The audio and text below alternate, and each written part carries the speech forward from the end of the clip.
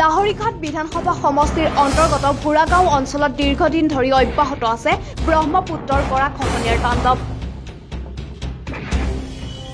প্ৰতি বছৰে গৰাখহনীয়ে নিজৰ মাটি ভেটি হেৰুৱাই গৃহহীন হৈছে শ শ পৰিয়াল। আজিলৈকে কোনো এখন চৰকাৰী অঞ্চলটোৰ গৰাখহনীয়া সমস্যাৰ স্থায়ী সমাধানৰ বিশেষ পদক্ষেপ গ্ৰহণ নকৰিলে।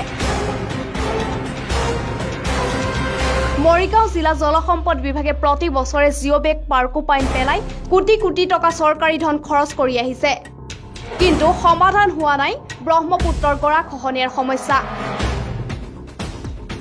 আঁচনিসমূহৰ জৰিয়তে একাংশ ঠিকাদাৰৰ পকেট গৰম হোৱাৰ অভিযোগ নৈপৰীয়া ৰাইজৰ।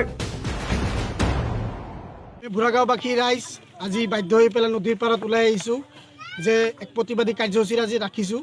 এই ভুৰাগাঁও য'ত আমি থিয় হৈ আছোঁ তাৰ পৰা 40 বছৰ আগৰ পৰা যি ধৰণে বানপানী গৰাখহনীয়া হৈ আছে, তাৰ কাৰণে দুখৰো গাঁও হাজাৰ হাজাৰ হেক্টৰ ভূমি মাটি এতিয়া পানীত যা গ'ল। তাৰপিছতে ইয়াত যেতিয়া আমি স্পাৰ্কৰ ওচৰত থিয় হৈ আছোঁ, ইয়াতে জলসম্পদ বিভাগে এক জিঅ'বেগৰ প্ৰকল্প কাম আৰম্ভ কৰিছে, যিটো অস্থায়ী বান্ধ। আমি 1 বছৰ ধৰি ভুৰাগাঁওবাসী ৰাইজে আন্দোলন চলাই আছোঁ যে ইয়াতে আমাৰ স্থায়ী বান্ধৰ ব্যৱস্থা ল'ব লাগে। কোনো ধৰণৰ পাৰ্কোপাইন, জিঅ'বেগ, বাঁহৰ জেং এইবিলাক ব্যৱস্থা নালাগে। আমি 40 বছৰ ধৰি সেই বান্ধৰ ব্যৱস্থা চালোঁ। এতিয়া আমি দেখিলোঁ যে ভুৰাগাঁও বজাৰৰ পৰা মাত্ৰ 200 মিটাৰ দূৰত আমি অৱস্থিত হৈ আছোঁ, যে নদীৰ পাৰটো। সেইটো কাৰণে আমি জলসম্পদ বিভাগত আমি আগ্ৰহ কৰিছোঁ, আমি অনুৰোধ কৰিছোঁ, প্ৰশাসনক ঠিকাদাৰ অনুৰোধ কৰিছোঁ, আপোনালোকে যিকোনো ধৰণৰ অস্থায়ী কামৰ ব্যৱস্থা ইয়াত নল'ব, ইয়াত আপোনালোকে স্থায়ী কাম লওক। কাৰণ আমাৰ ভুৰাগাঁও বাচিব লাগে, আমাৰ বাচিবলৈ ইচ্ছা আছে। আমি যোৱা 1 বছৰ ধৰি যি আন্দোলন কৰি আছোঁ জিঅ'বেগৰ বিৰুদ্ধে, সেই আন্দোলনক নেওচি পেলাই জলসম্পদ বিভাগে কিয় জিঅ'বেগৰ কাম লৈছে, আমি গোটেই ভুৰাগাঁওবাসী ৰাইজ একমত হৈ আছোঁ যে জিঅ'বেগৰ কাম ইয়াত নালাগে।